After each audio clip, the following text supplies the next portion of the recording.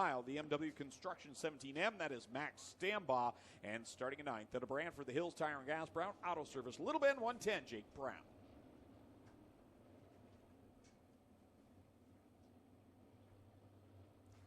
Two by two, the field coming towards the starting point, which is right there in turn number 4. You can see that chalk line. Heat race number 1 is underway.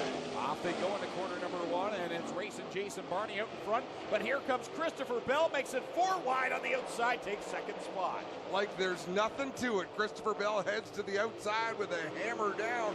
Jason Barney working the bottom, keeping a lot of momentum up on the inside of the racetrack. But Christopher Bell looking great as Pete Richardson goes around in turn number 2. Everybody able to get around. So that will quickly bring out the caution. Pete Richardson going around up in corner number 2 in the Prestige Pool and Spa, number 67. How about that start, though, Adam, by Christopher Bell? That's what impressed me so much about him last night, his eagerness to get out there as quick as he can. He immediately went to the outside groove, which is what he did last night, and it was treacherous up there. We're joined tonight in the booth, and hopefully he's spending the whole night here, but Glenn Steyers, the owner of Ashwegan Speedway. Glenn, you got up on really able to make different lines work for them. What is it about a driver? I mean, you've got a lot of wins here in a sprint car as well, that some drivers can just get up there and make their car sing on the outside, and other drivers just can't.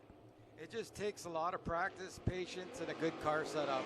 And you can't lift. You got to keep it right down.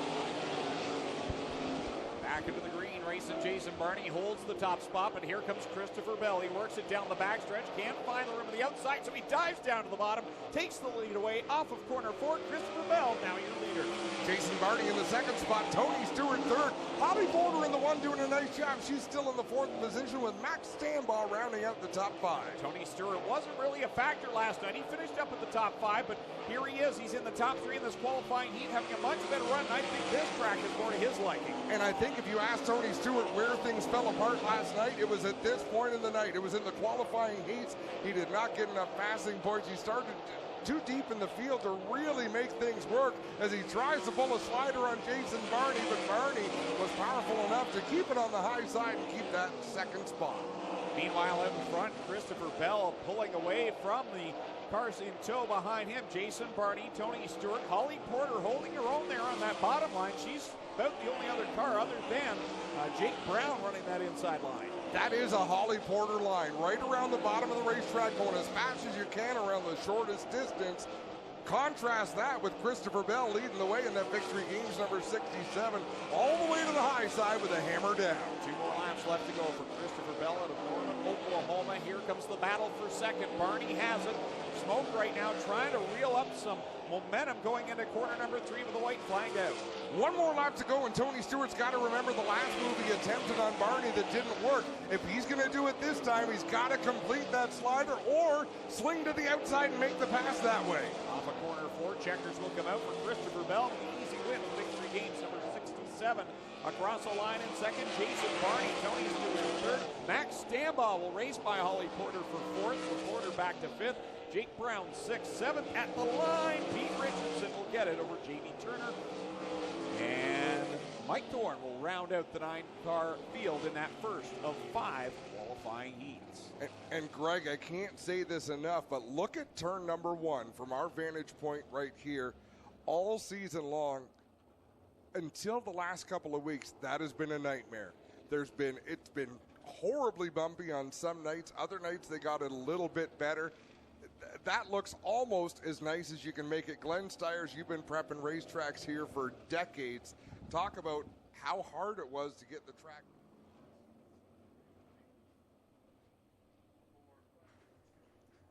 Second qualifying heat on the speedway. Joe Trenk out of Clay, New York, starts on the pole, and the Longley Jones Company's car number 98 is outside. Linton Jeffrey in the 01 out of Prairie City, Iowa. Ryan Turner will go off from 3rd. To his outside will be the 9B of Scott Burke. Starting 5th from Harding, Pennsylvania, Jordan Thomas. In the 6th spot, 3rd place last night from Mississauga, Mac DeMann. 7th will be Kevin Pauls out of Keister Center. Going from 8th, Josh Shantz out of Waterloo. And going from 9th, Kyle Frazier out of White Lake, Ontario. Mac DeMann had to bite the brakes hard coming off of turn number 2 as Jordan Thomas worked up the racetrack into his path. Look at that skirmish for the second spot as Mac DeMann goes around 360. comes to rest up on the outside of turn number 1, and he's going to keep that car rolling. I think common sense will prevail. He's going to come to a stop. Had he kept going, Greg, any chance he had of qualifying was out the window, at least through this heat. Well, letting the car come to a stop, which is perfectly understandable on a sprint car, he'll be able to get pushed off. He is going to go to the back of this qualifying heat, but he'll at least have a shot to make up some positions. Yeah, I was going to say, you can get away with that in the sprint cars. When you're in a stock car and you don't keep rolling, and then you all of a sudden can fire up, you look a little guilty. In the sprint cars, hey. Well, and explain why that is a sprint car doesn't have a clutch. You're either in gear or you're out of gear, which is why they need to be push started. They knock the cars in gear as we have a look at it. Represented in the top 3 right now. Clay, New York's Joe Trenka out in front over Iowa's Linton Jeffrey, and Pennsylvania's Jordan Thomas back there in third. Ryan Turner, the first of the Ontario drivers, they're running in the 4th spot in car number 91. Back to the green flag, single file past the orange cone. We're back on it into quarter 1. Joe Trenka in that 98, they did not have the speed in that car that they're used to having, and they did a lot of work on it through the day, and it looks like it's paid off as he's holding a pretty wheel out there in the lead. Second place is Jordan Thomas. Jordan had a phenomenal launch on the inside of quarter number 2 on that restart. Here he is on the inside of Trenka now, trying to get that same launch. He closes the gap. He's a couple of car lengths back from the leader. Ryan Turner back in third, trying to hold off Linton Jeffrey for that position. Then a bit of a gap back to the 5th place car, but we've got a battle for the lead. Trenka to the outside, Thomas on the inside. Trenka using that extreme outside line, and it's working right now, holding off Thomas. Thomas dives down low again, this time coming to the cross flags. We're 4 in, 4 laps left to go for leader Joe Trenka. McDeman just pulled a slide job to pick up one more position on Josh Shawns in the 18 machine. Move him up to that 6th position on the racetrack. Big run that time by Jordan Thomas off at 2. He's right there, drawing up even on the leader. They work off of corner 4. Trenka leads the lap, and here comes Thomas on the inside, down in quarter 1. Trenka taking the long way around, and Glenn Styres just said actually off the air that outside is going to get farther and farther away as the night goes on. There's going to be a huge difference in how far you have to drive to run the outside compared to the inside crew, Greg. It was almost dead even at the line with 2 to go. Jordan Thomas takes the lead off of quarter 2. New leader on lap 6 as this time by will come to see the white flag from Kyle McKenzie. And how impressive is McDeman? He's worked his way back into the 4th spot in the 17X. He might have salvaged his night with that drive, passing this many cars after his early race spin. Jordan Thomas trying to protect the bottom lane there as they go down into 3 on the outside. Here comes Trenka. He'll swing it to the outside and get the win at the line. Trenka steals it away. Wow. Holds the lead, loses the lead, regains the lead. That was a fantastic sprint car race. Joe Trenka from Clay, New York takes the win over Jordan Thomas in the 79. Adam, you know this racetrack is in great shape when we have those 2 lines working like they are. To see someone like Jordan Thomas to be able to be so strong on the bottom side, take that lead away from Joe Trenka, but then Trenka still be able to use the outside line, that's what we want come Main. Amazing, and I believe Clinton Jeffrey has a Case IH track report. He's down in turn 3. Thanks, Adam. Yeah, Glenn and the guys have done. They're starting to work the track for tonight's race, and it was Glenn Styres. Glenn, I left the racetrack, I think it was about 1 o'clock in the morning, maybe 1:15. What time were you done working the racetrack in that grader? Well, it had to have been 3:30 or 4 o'clock because I finally got to bed about 5:30 this morning and up on the track again at 10, but I wanted to get it right. Well, it definitely is right here tonight, and here's a guy we're glad to see back. Corey Turner leading this one down into corner 1. We've got a couple of cars there going around. Michael Summers and Dan Nanico. Nanico keeps it going, but Michael Summers will bring us under the caution flag. Michael of Warsaw, Indiana. Some sparks out the back of the 15 of Dan Nanico, and that could just be him working the brakes on that car. I don't think he made contact with anything, just an innocent spin there. Everyone trying to take evasive action. But to go back to what Glenn had said, Greg, and Glenn's a successful businessman, and he's not successful from running a racetrack. He is very successful at doing that as well, but that's not his more successful. Guys, I want you to have a look at the Dan Nanicoke 15. We know the brake rotors glow, but his was actually dripping sparks. It looked like they were falling off the back on the left rear of the 15, Metro 54. Here we go. Well, and we'll see. That could be a brake pad disintegrating on the 15 machine. We'll see once they get up to speed. if he wants to use those brakes. And yeah, you can see the sparks just flying off the back of the 15 as we've got another one around in 1 and 2. This time it's Sean Evans in the Acklands Insurance 87X. Right back under the caution again, Sean Evans in his rookie season 360 sprints. Clint? Just want to talk a bit more about the Nanocoke machine. Yeah, I think, Adam, you may be right. Maybe he's got a brake pad wedged in there. Something is not right, as you can see it dripping hot metal sparks out of the back left rear of that Nanocoke machine. We do see them glow red hot if they're riding the brakes a lot, but maybe Glenn can add to what that might be going on with Nanocoke's 15. Glenn, we want a bit of your expertise here. We're chatting about Dan Nanocoke and the sparks coming off the back. Is that a brake rotor issue? Is it a brake pad issue, or could it be a brake pad got dislodged and actually stuck between the rotor and the caliper? No, it's just not it's not an issue at all. Some of these brakes just are designed like that, and they'll shoot off sparks. Just maintains grip on a caliper and the rotor, the disc, and it's not an issue at all. So when silly race car announcers start talking about things like this and speculating what the problem might be, we're quite a ways off the mark, Glenn? Yeah, if the brakes are sparking, they're working. If they're not sparking and they're dragging, that's when there's a problem. I don't want to talk against the boss, but my only comment was, even when he was rolling around off the brakes, it was still sparking. Well, we'll find out. It's a long night, and he's going to need those brakes. They don't use a whole lot of brakes here, but a lot of drivers in the sprint cars, they'll drag the brakes to keep control of the back end and keep the car checked up just a little bit. And as I watch Nanocoke, the car is driving as though he has a brake issue. Side by side for the lead off of corner number 4. It's Corey Turner and Jordan Boyer duking it out. Mitch Brown is right in the thick of it as well. He had a good solid run last night. Yeah, Mitch Brown did great last night in that 10 machine. The driver out of Brantford, the CarQuest sponsorship. Out in front, Corey Turner. How nice is this to see for the driver from Caister Center, Ontario, in the Burger Barn East 1 Construction number 13. Again, it was in his qualifying heat last night. He started all the way back in 9th, and boy, oh boy, did he crash that car hard in turn 3. Sean Evans was our cause for the caution 2 laps ago. He's already worked his way up to the 5th spot, so some nice forward progress by the driver of the 87X. Well, he learned what he can't do now. Just don't do that again. He'll be just fine. He found the limit. Stay within it. That was witty, Greg. Halfway through this one, 4 and 4 to go for Corey Turner, Jordan Boyer in tow, and up into the wall goes Sean Evans. There's the limit. Yeah, and again, that is not nearly as bad as it could have been. Watching that car slide up out of the groove and slap those bales, quite often those bales will spit you out a little more aggressively than it did there with Evans. I'm sure if you ask Sean right now, it was plenty aggressive, but the way things went last night for cars that got out of shape, this was much, much nicer. Sean now working the steering on that 87. I almost wonder if he feels that he wants to be pushed off. That's not going to work for him. He's got damage here on the right front. Also potential suspension damage on the right rear.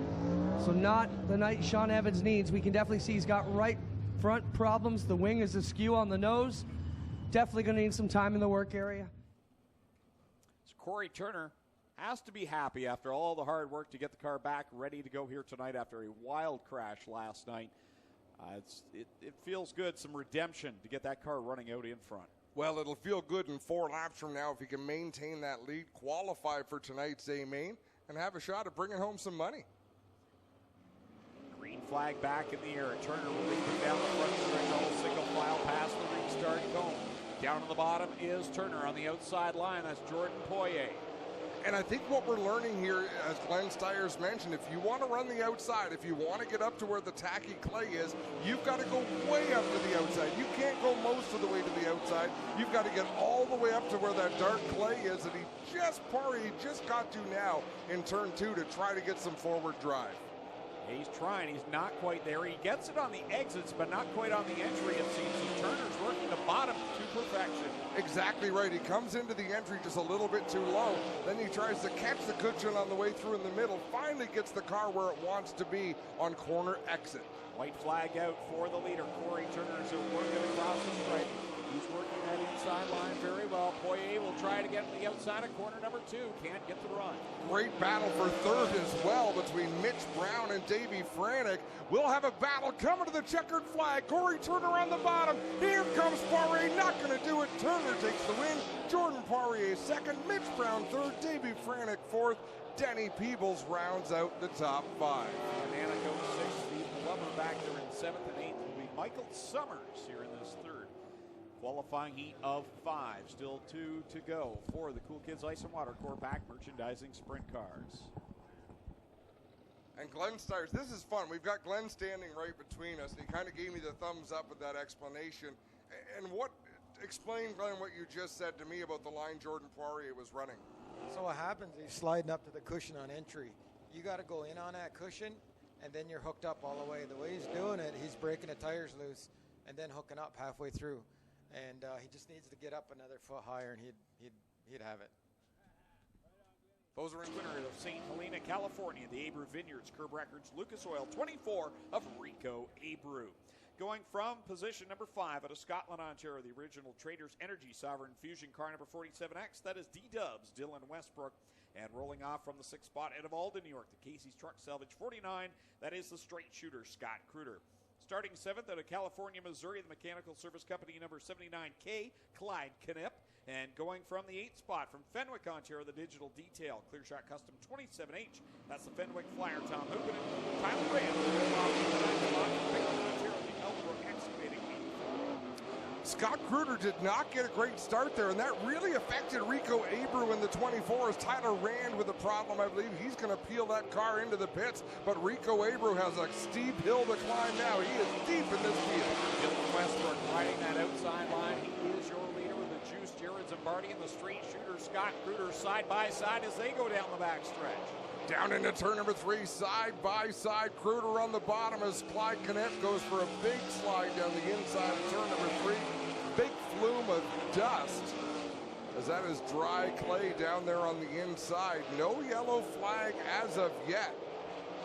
I think they feel he is in a safe spot right now, down tucked inside the wall. So we stay green with 3 laps on the board, 5 laps left to go for Dylan Westbrook, who is checking out in this one over Scott Kruder, and then a side-by-side battle for Tom Hoopinen and Jared Zimbardi. Rico Abreu in that 24. I can't stress this enough. After a fantastic night last night, he is destined for a B main tonight. To get into this show, Greg, he's just not far enough through this field. But wow, what a drive for Hoopinen in that 27. And he works down there in that 3rd spot, trailing Scott Kruder, and he's gotten by Jared Zimbardi, so a nice little fight there. Goes to Tom Hoopinen for the 3rd spot, and Roger Levesque, it looks like, has taken his car to the pit area. Scott Kruder hanging on to 2nd, but this lead for Dylan Westbrook is a full straightaway over Kruder in 2nd as we've got 2 laps to go. Dylan Westbrook is hooked up and gone right now as he sails it into corner number 3 and off of corner 4. This time by the white flag for Dylan Westbrook. One more time around, Scott Kruder. He's got Hoopinen closing in that 27. We could have a battle for 2nd. Final time down into corner number 1. Hoopinen working the inside line. Kruder sailing around the outside. As they work down the backstretch, they'll try to settle it in 3 and 4. Dylan Westbrook takes the win. The battle for 2nd is on. Kruder to the outside, Hoopinen to the inside. Who's it going to be at the line? Kruder by a car length over Hoopinen. Zimbardi 4th. Rico Abreu rounding out the top 5. Dale Goslin finishes 6th. So Dylan Westbrook looking for some redemption after last night. The side wing went off of his car. And another driver that had some problems last night was Josh Hansen, who was involved in a pretty heavy crash, and our Clinton Jeffrey had a chance to catch up with him.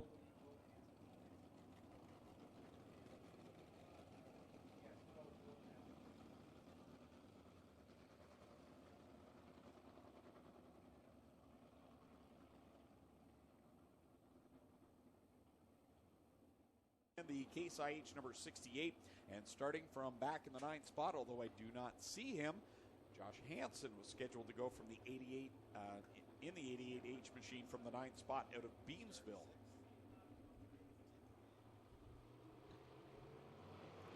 Coming to the green flag of the 5th. Oh, what happened on that start? Wow, what a save. What a save by Steve Poirier. That could have saved not only his race car, but the entire field out there as he does a full 360. He might have touched the wall, Greg, but for the most part, he was able to carry on. That is not something you can teach. That is just something you can either do or you can't. I want to see that replay. What the heck just happened with Alex Hill backwards? We'll have a look coming off of turn 4. Ryan Conium, she came off lightly there as well. I believe the 77 car can be pushed off and restarted, but man, that happened in a hurry, Greg. That it did, and looks like Alex Hill should be able to continue on, which is good news. He was just in by now. But we'll keep an eye on that black, orange, and blue number 46, who's going to lead this field to the green. So that will move Jim Hoopinen up a row into the second starting spot. We'll try it again. Heat race number 5 of 5 for the Cool Kids Ice and Water Core Pack, merchandising sprint cars. Ryan Conium gets his way up to the outside group. It seems to be where he wants to run. Steve Lyons will take that second position, running a bit lower, but you see he could not maintain traction down the backstretch. Got gobbled up by Jim Hoopinen into turn 3. Oh, big crash onto the fence down here in front for Ryan Conium. Hard lick for Ryan Conium in that 46. We can see him moving in the cockpit of that race car. Our rescue team on the scene right away, the best rescue team in the business.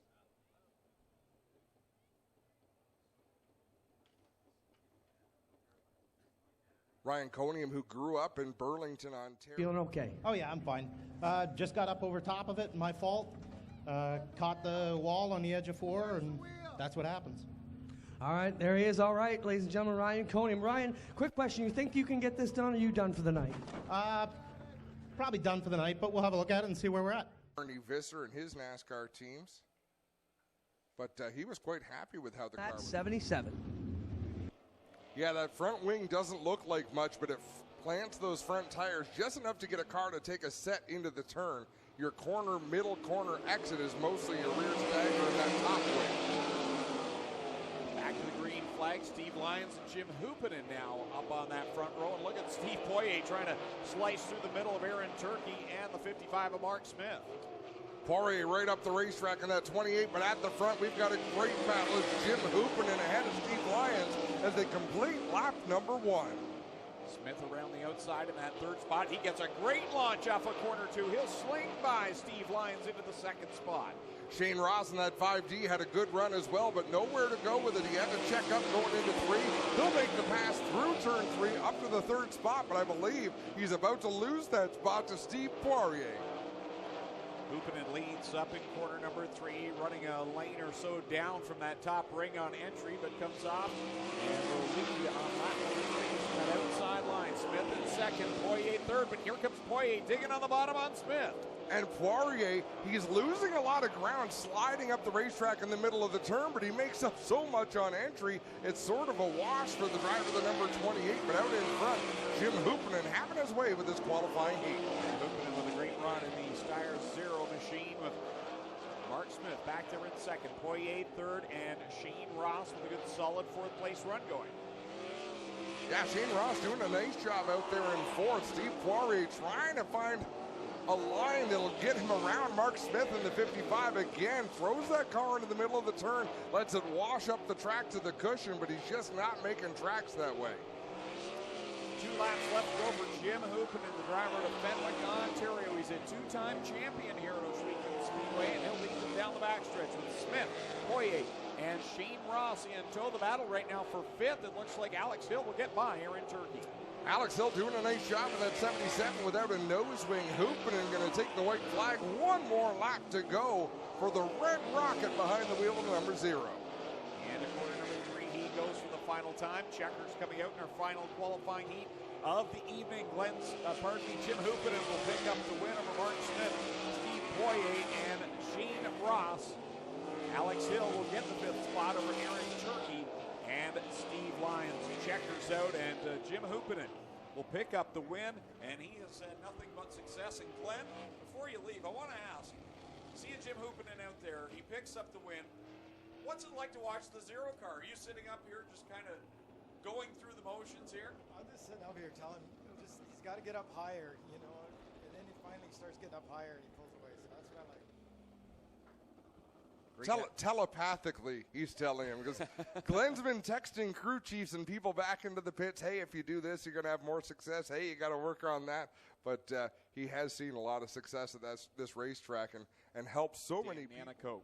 Starting from the 5th position from Verona, New York, that's Pete Richardson. And lining up alongside of him out of California, Missouri, Clyde Knipp in the 79K. And back there in the 7th and final starting spot from Warsaw, Indiana, car number 18S. That'll be Michael Summers. Ryan Conium, Josh Hansen scratching from this B main. 2 cars to transfer. Who will they be? Denny Peebles will be down in the corner number 1. Peebles and Glover break away as the top 2 with Aaron Turkey right behind him. He'll hook low on Glover. That doesn't work, and here comes Clyde Knipp. Knipp with a lot of experience in dirt sprint cars, even coming from the back of the field, gets that 79 into the 2nd position, and he'll try to track down Denny Peebles, a race leader. So it's Peebles and Knipp 1 and 2. That it's side by side for 3rd. Aaron Turkey and Steve Glover duke it out down into the 3rd corner. Right now, those are the first 2 cars that are looking for transfer spots, and they're seeing them pull away. Yeah, great run by the top 2 right now. Peebles out in front of that 3 machine. Knapp in the 79. Both of them committed to running the bottom of the racetrack, and they're doing it with a great deal of success. Peebles down there in corner number 4, right tight to the bottom, even off the corner. Oftentimes, drivers will run the bottom groove and then wash it out up against the wall, but Peebles just keeping it on the short side of the track right now. Well, as much speed as he is scrubbing off in the corners, you don't really need to accelerate up to the outside. All you're going to do is spin the tires. You stay down in that tacky stuff under acceleration, and it's a great line for him. I don't know how long that groove is going to last, though, Greg, before they burn off all the moisture from it as well. Peebles leads this time by. It'll be halfway home in this first B main of 3. Peebles leads over Clyde Knipp in 2nd. Then 3rd place, Aaron Turkey, and we've got 1 around in corner number 3. It's Pete Richardson. He tried to keep it going, but hops it up on the berm there and will bring out the caution flag. 5 laps left to go in this 10-lap B main number 1. We see a lot of drivers do the 360-degree spin and keep on going. It is very difficult to do what Pete Richardson did, which would have basically been a figure 8, because trying to spin that car around the other way with the amount of stagger that they run, these cars just don't want to turn that way. In fact, more often than not, when you try to do it, you wind up flopping the car onto its side. Nothing as stressful as being in a B main. This is their last chance. If something goes wrong, they are not going to get to start tonight's A feature event and race for that $5,000 to win. Kyle McKenzie has the green flag in hand, and we are back at it. Single file past the cone, and wow, did Denny Peebles ever get a launch off of 4? That was a beautiful thing to watch. He used the banking and then that tacky, moist clay at the bottom of the racetrack to get that great launch and open up immediately a 10-12 car length advantage over Clyde Knipp. And Aaron Turkey saying, look, I don't want to slow down to go fast. I'm going to go fast up on the cushion. And he's got a shot. He's making that car roll through entry through the middle, but he's losing on exit. Aaron Turkey spent a lot of years watching his idol, Glenn Stires, use this line, and he's going to try and use it to get by Clyde Knipp. As 1 and 2, Peebles and Knipp hold down the transfer spots, but Turkey is giving it his all.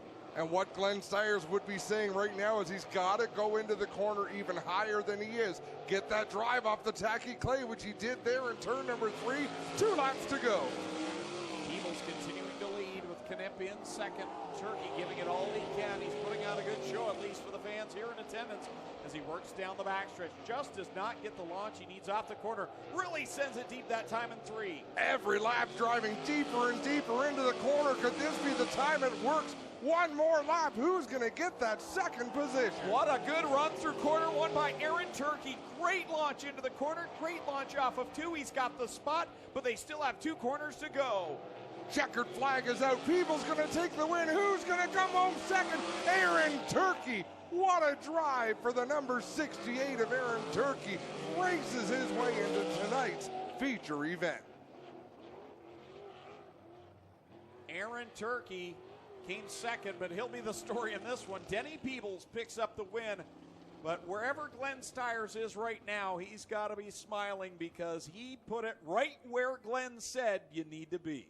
You've got to drive it in hard every lap. Glenn Stires says he talked to himself, say, drive it in harder, drive it in harder.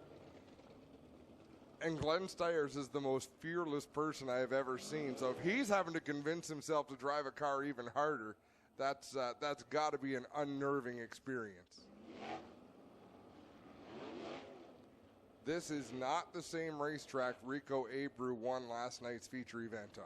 No, and I was just thinking, this is why dirt track racing is so entertaining. One night you can be the king of the hill, and the next night you're racing in the B main for your life. And we should mention Rico Abreu is a guaranteed starter. Abreu, yep. Tony Stewart, and Christopher Bell, but I don't think you're going to see him let up one bit. He wants to race his way into this show. Green flag out, and Jake Brown will lead them down into corner one with Holly Porter. And those are two drivers that worked that bottom groove very well, but Holly Porter does not get a good run off of two. No, there was just no bite to be had for that one machine of Holly Porter. Steve Lyon squeezes between her, that was Josh Chance, between her and the outside wall for the third spot. Jake Brown run at the bottom. Rico Abreu up to the high side. Talk about putting it exactly where it needs to be. Watch Rico Abreu. He's right there out on that top shelf, riding the rim right now, trying to catch Jake Brown. Brown the leader, Abreu second, and Shantz back there in third. So the top two have pulled away from Shantz in the third spot. Holly Porter keeping pace with the 18 machine, but neither of them right now have anything for Jake Brown or Rico Abreu. Off the corner four they come. Two totally different lines, and it seems to be the same outcome lap by lap. 3 laps into this one. Brown still very solid on the bottom. Abreu's now beginning to lose a little bit of ground, and he decides to go downstairs. Yeah, Abreu working the racetrack. He worked the outside. Now he's working the bottom. He even said in his interview early tonight, Greg, that he thought this track was really going to widen out. He wasn't sure which groove was going to be the best, so he was going to go exploring. Off of corner number 4 to the cross flags. 5 laps in, 5 to go for Jake Brown in the little bend on 10. Rico Abreu right on that outside line. He went down in 3 and 4 for 1 lap, and that was it. He's right back out on the top side. You know, Jake Brown in this 110 leading the way. These track conditions, in my opinion, lend themselves very well to Jake's brother, Mitch Brown, who drives the 10. These dry, slick racetracks, he seems to shine. Here comes Abreu, closing the gap just a little bit for that top spot. They'll have 1 lap car in front of them, and that's Scott Burke as they work through 3 and 4. Abreu's has got it hooked up on the outside. 3 laps remaining for these leaders as they charge down into turn 1. I'm not sure if Abreu's going to have enough room to get around the outside. Yes, he is. He makes it fit, and he is the leader for the moment, but Jake Brown digging back on the bottom. 2 laps left to go. Rico Abreu, your leader of the B-Main. Abreu has really found something to get himself off of these turns. Corner exit phenomenal right now for the 24, but as I say that, Jake Brown gets a nice exit off of turn 2. White flag coming out as Rico Abreu works it off the 4th corner. 1 more trip around in the 2nd B main, and he's working that top side. He stayed committed other than 1 attempt down at the bottom side of 3 and 4. One last time through 3 and 4, Rico Abreu going to come home and take the win.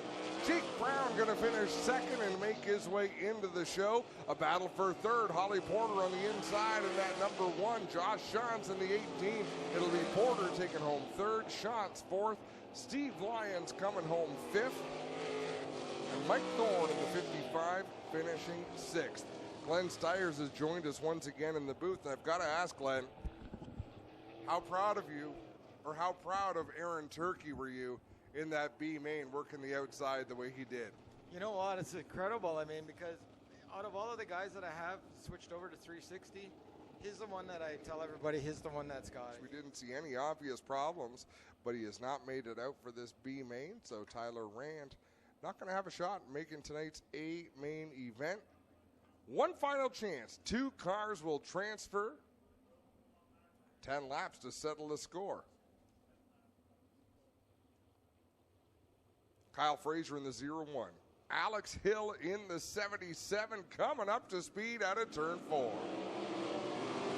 Green is out, and Linton Jeffrey jumps into the early lead down in corner number 1. It's 3 wide for the 2nd spot. And Linton Jeffrey wasted no time. I'm looking to see if Doug Leonard going to throw the yellow. Well, we stay green. Linton Jeffrey, a driver originally from Australia, but races weekly at Knoxville Raceway. And now problems for Kyle Frazier, left front broken on the 0-1. And Alex Hill was caught up in that mess as well. So Glenn sort of nudged me there after the first lap and said he had a word with Linton Jeffrey before this race. So after his qualifying heat into the green flag, and you have to be aggressive. But Doug Leonard calls it down the line whether your car is owned by the track owner or not. And with one lap on the board, they'll restart single file, so we probably won't see that issue. It's almost a good break, though, for Linton Jeffrey, because we'd gone green all the way. He would have been penalized those 2 spots at the end of the race. Now he has a chance to make them back. Going green this time out of turn number 4. Dale Goslin leads the way in that number 3. Green flag is out. Dale Goslin will send it down into corner 1 with Jamie Turner right now in that second spot, but Linton Jeffrey is right on his back nerve bar looking to get into the A-main. And again, the moral of what Glenn Steyer's story was, you have to go to the extreme inside or the extreme outside. Everything in between is going to be slicker than a skating rink.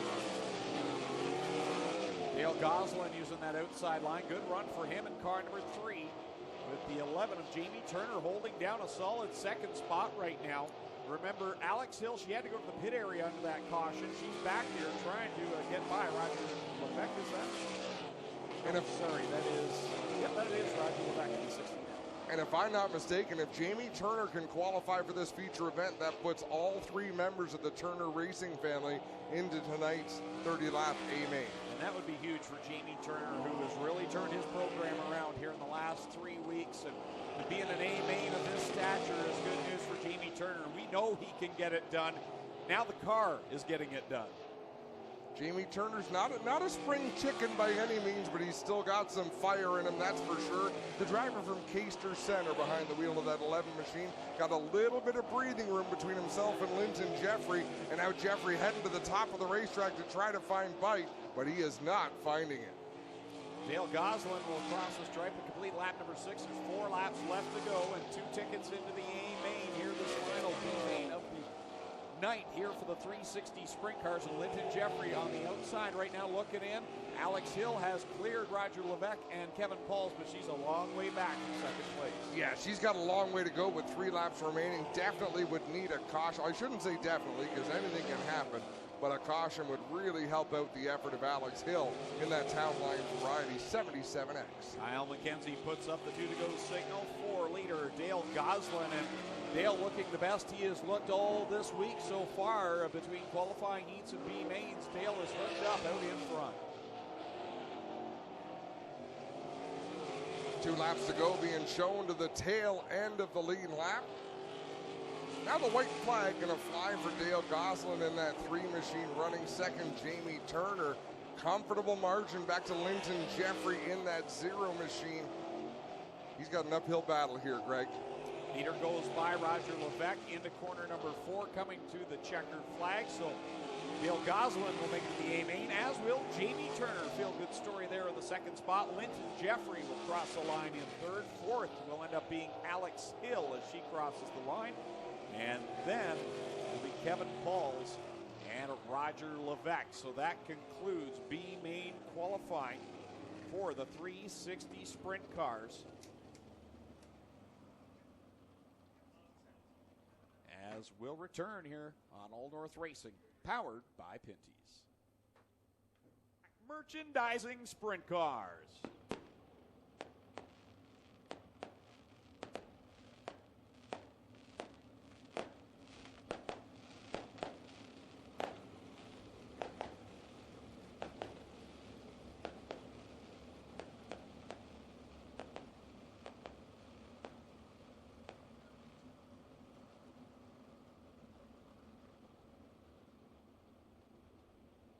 Backstretch, there's still information for you as well. Send these drivers on 4 wide. A fantastic view.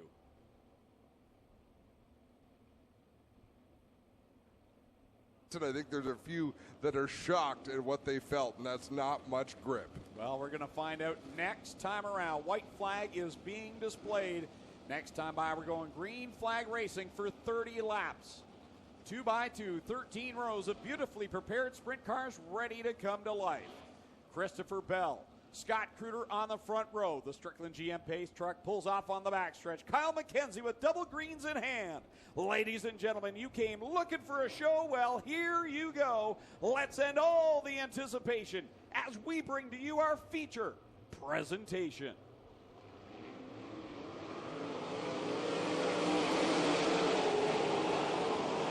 They rumble, stumble down into corners 1 and 2. Christopher Bell and Scott Kruder will lead them down the backstretch for the first time. Good clean start, a little bit of contact off of turn number 2 in the middle of the pack. Drivers trying to find their groove. We got one car, looks a little bit slow in 3 and 4, back up to speed now. It was Jason Barney in the 87. At the front, it's Christopher Bell over Scott Kruder and Jordan Thomas. Jordan Thomas back there in third. Jim Hoopinen's had a really good night tonight in that Stewart Racing number 0, and he's got that car hooked up, running fourth right now.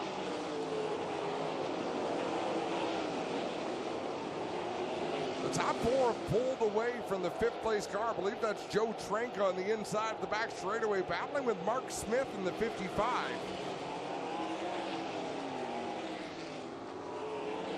Dylan Westbrook in the 47X in that mix as well. He looks to the inside of Trenka. Trenka closes the door down into turn number 1. Mitch Brown, you can already see his brake rotor glowing red out there in that blue number 10.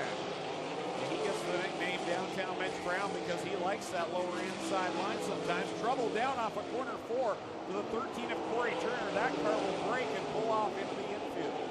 He'll roll up on the Mr. Transmission victory lane. He is out of harm's way. I believe we will stay under green out in front. Christopher Bell starting to extend that advantage. And Greg, we're only about 2 laps from lap traffic. Problems for Jim Hoopinen in the Oswego Speedway number 0. Oh, what a shame for Jim Hoopinen. Been so strong all night from the he's on out. And he is coasting up the high side of 1 and will not be able to make it to the pit area. So we're under our first caution flag. With 5 laps up on the scoreboard, 25 left to go. There we see the red rocket. And that is Jim Hoopinen in the Steyer's own 0 machine. How fair is it when 2 brothers go racing? One of them's nickname is the Fenwick Flyer and the other is Red Rocket, which I can't listen to without giggling just a little bit.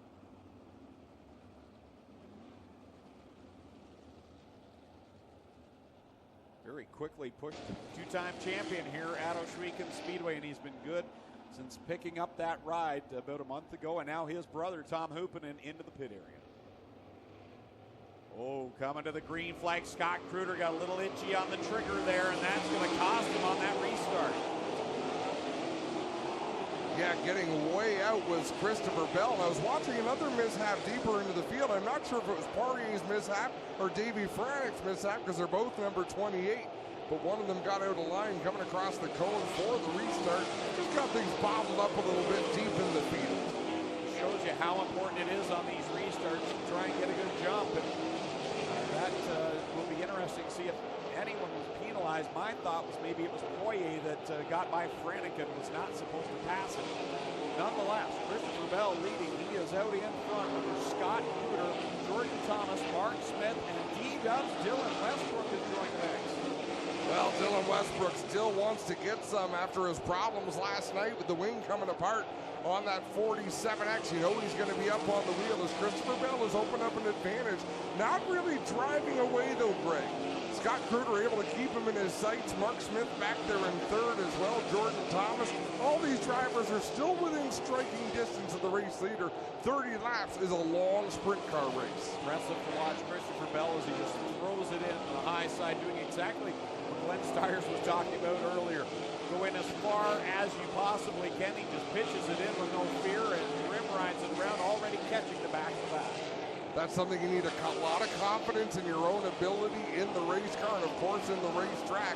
Christopher Bell has all of those things working for him tonight as he closes in on Linton Jeffrey and Jamie Turner.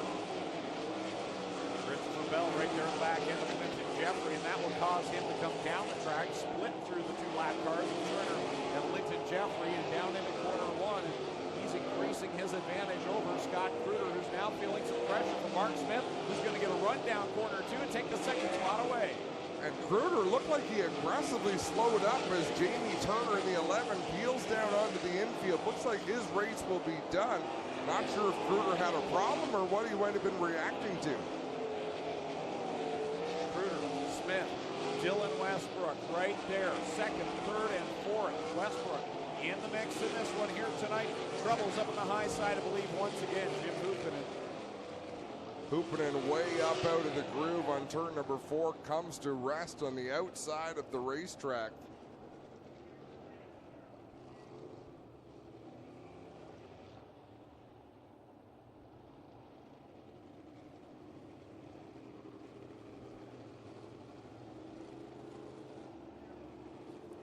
Hoopinen will wait for the push truck and Thomas in the 79.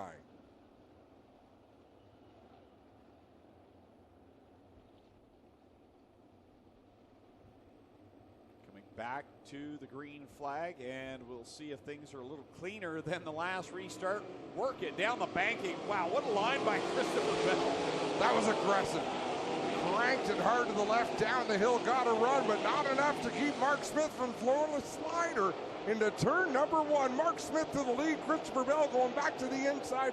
He'll slide up in front of the 55 to take the lead back. Bell has it, but Smith not going away with some very Pennsylvania driver digging down deep on the inside line. Here he comes up in front of Bell. He'll put the slider on. Bell now will look back down low, going down the back stretch and into corner 3. Jordan Thomas with a big restart in that 79, jumped up into the 3rd position. Dylan Westbrook trying to get it back. Another slider by Mark Smith on Christopher Bell. What a battle at the front. Out in front, it's Smith over Bell. Bell gets a great run off of 2. Down to the inside he goes. Down to the bottom in corner number 3. Now he'll pull the slide job. But Smith now down, back to the bottom. He'll try to return the favor and does. Crossover move by Mark Smith as they reach the halfway point of this 30-lap Northern Summer Nationals feature event. Down the back stretch another time. Mark Smith, he's been so close to victory here, yet has not been able to do it. Christopher Bell wants to keep it that way. Around the outside, Smith shuts the door in the line. What great finesse by both of these drivers. Absolute understanding of where their race car is, where their competitor is. Showing a little bit of respect right now, as I think as the laps wind down, you got to throw that out the window at some point. They might erupt there in turn number 4. Wow, you don't get any closer than that without wrecking as Tony Stewart now pulls the 14 off. What a battle at the front. Bell on the outside takes the lead back. Christopher Bell has found something on that exit of turn 2 where he's able to find some grip and really get a good run. But don't look now. Here comes Dylan Westbrook in the 47X. Yeah, he's right there, and if anyone has a better chance of catching these two here locally than Dylan Westbrook, I'm not sure who it would be. He's right there. He can see the top 2, and he's closed ground now on Mark Smith. Man, he drove that car hard into turn number 3. Christopher Bell extending that advantage. Look at the traffic looming for these race leaders. Once they hit this lap traffic, they might stay in it for the rest of this race. Jordan Thomas is right there as well. He's working the inside line. Everyone else in the top 5 up at the high side of the track. But right now is Jordan Thomas making it work on the bottom. Dylan Westbrook in that 47. What a line he is running. What a battle. Christopher Bell is getting away, but the battle for second rages on. Mark Smith in that 2nd position. Right behind him, of course, Jordan Thomas in the 79. Dylan Westbrook in the 47X. The leader, Christopher Bell, able to pull away in lap traffic here. Mark Smith has a couple of lap cars between he and the leader.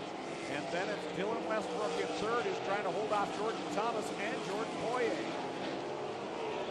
Mark Smith's got to find something in that 55. Right now, Christopher Bell doing a great job picking his way through this traffic. He just got around Jarrett Zimbardi in the 35. Right in front of him now, I believe, is last night's winner, Rico Abreu in the 24. No, I'm wrong. That's the 10 and Mitch Brown. My mistake. But Rico's not too far from going a lap down. He's about a straightaway away from Christopher Bell. So last night's winner struggling here tonight to keep pace with the top 5. A vastly different racetrack. 6 laps to go this time. Christopher Bell continues to lead Mark Smith. He is not giving up. keeping about the same distance back as he has been the last few laps. He just needs one good break here. Smith has some clear room now. No lap cars between he and the leader. The big high five from Kyle McKenzie. Bell leads him across the line. Smith in second. Third right now, Dylan Westbrook. Fourth, Jordan Thomas. Fifth, Jordan Poirier. Jordan Poirier having a nice run. The young driver from Quebec, giving that 28 machine a good ride. Christopher Bell still out in front over Mark Smith. There's nothing between them. No lap traffic between Bell and second place Smith. A few more cars ahead of him. He is not clear of the traffic yet. Going by for the fourth spot is Poirier. It's not Steve though. Jordan Poirier having a fantastic run here tonight. And that 28 car, he is up to the fourth spot, tracking down Dylan Westbrook. Christopher Bell on the outside got around Aaron Turkey. It almost looked like Turkey was about to pass him back as he sails it into three. That is a treacherous corner when you run that hard into the turn. What a slide job for the third position. Jordan Poirier trying to clear Dylan Westbrook. Just about put it in the fence. Wow, that was intense there. Dylan Westbrook remains in third. This time by. White flag comes out for Christopher Bell out of Norman, Oklahoma. One more lap. Can he hold off Mark Smith? To the extreme outside in 1 and 2. He's still dealing with traffic, but he's been dealing with it almost all race long. Off of corner 3 and 4. Looks like second time is a charm. Ring the bell. Christopher Bell gets the win here at Oswego Speedway. Mark Smith second at the line. Dylan Westbrook third. Jordan Poirier fourth. And Jordan Thomas will complete our top five. Max Gambon, Steve Poirier, Ryan Turner, Matt Demand, and Davey Brannick complete the top 10. What a race it was. What a show for these fans. Christopher Bell, but a whole lot of respect among these race car drivers. And what a feature event. And what a question we've got to pose to young Christopher Bell. He is locked into the Canadian Sprint Car Nationals in September. Rico Abreu takes home night one. Christopher.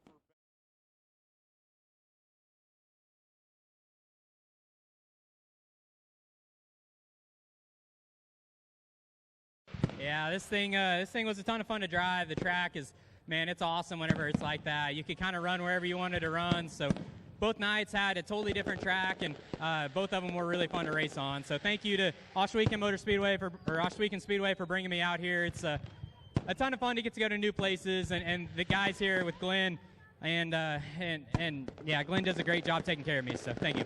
Talk about that run with you and Mark Smith, man. That went on for a long time. Slide job after slide job, within inches of each other. Yeah, we were racing pretty close there, and I felt like if I could ever get my momentum up, I'd be okay, but whenever I saw 55 on the board, I knew that this is his deal, you know, really slick, and thankfully my car was good enough where I could hold him off.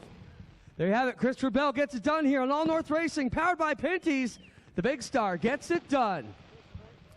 Happy young man down there, and we were very happy to have him here at Oswegan Speedway. Gets the win on night number 2. Clinton Jeffrey ready down there with second and third place. Yeah, we were actually pretty good last night. We were just a little too tight, and I put myself in a bad spot last night. And but you know, it's the same for everybody. You got to keep it on all fours. I just want to thank everybody, Patrick and Max and Alex, for helping getting this backup car out, and this thing's just as good as the other one. So just want to thank them, Foundations 55, CSI Shocks, Pixel Graphics, Hoosier Tires, Ryder Racing Engines. I just the whole deal, and it's a pretty good race there with Bell for a while. I thought I had him. I just needed to be in traffic so I could keep him back there, because I thought I found something there in the middle, and I gave him the top, and he actually got back going again on the top. I probably should have just went up there, but you just never know when you pass somebody through the middle, and then you don't think you can get them back on the top. But it was a good race. Yeah, the starting position definitely affected a little bit. Just had to take a bit more time to get up to him, but yeah, but we could have been a bit tighter with the car. Just more experience on tracks like this, but I think this really helped us out for the Nationals later on in the year. So I think really good though, but really good competition with Bell and Mark Smith here. Like, they're some of the best guys when it comes to tracks like this. Thanks, Dylan. There you have it, guys. Our top three, Christopher Bell, Mark Smith, and Dylan Westbrook, get it done. Two absolutely fantastic nights here for the Northern Summer Nationals out this weekend. I want to thank everybody who made this happen, and thanks to you guys for doing a great job. That's all from Trackside. Third place behind Mark Smith and Christopher Bell. That's still a pretty good night. And half of all the action we've seen over the last 2 nights.